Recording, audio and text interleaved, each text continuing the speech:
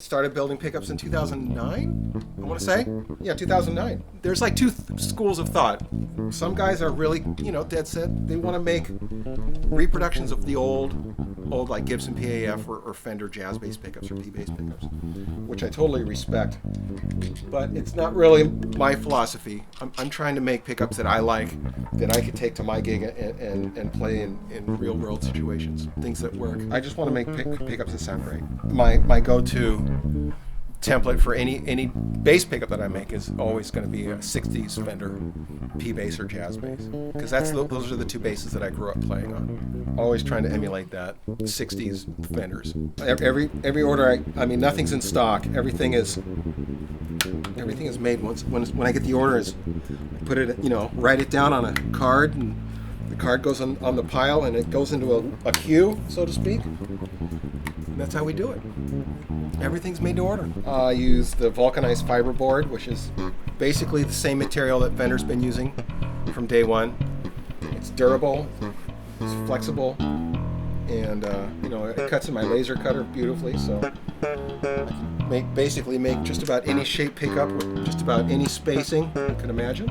Custom orders are more than welcome when it comes to spacing and things like that. I like Alnico 5 magnets for bass mainly. The main wire that I like is the AWG42 wire. I use FormVar or the SPN wire. Works great. It just works great.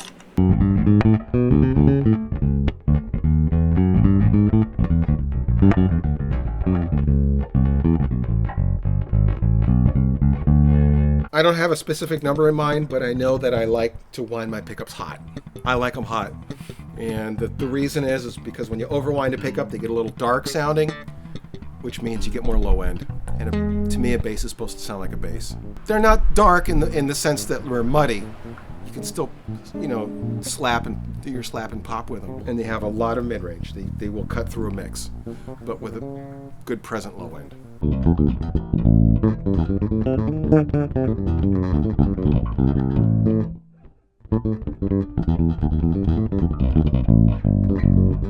P-bass, jazz bass, Music Man style.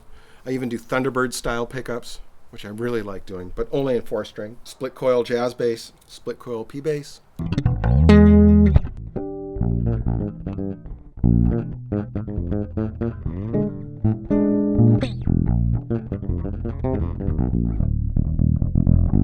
Ray Roger of R-Bass or Roger Guitars.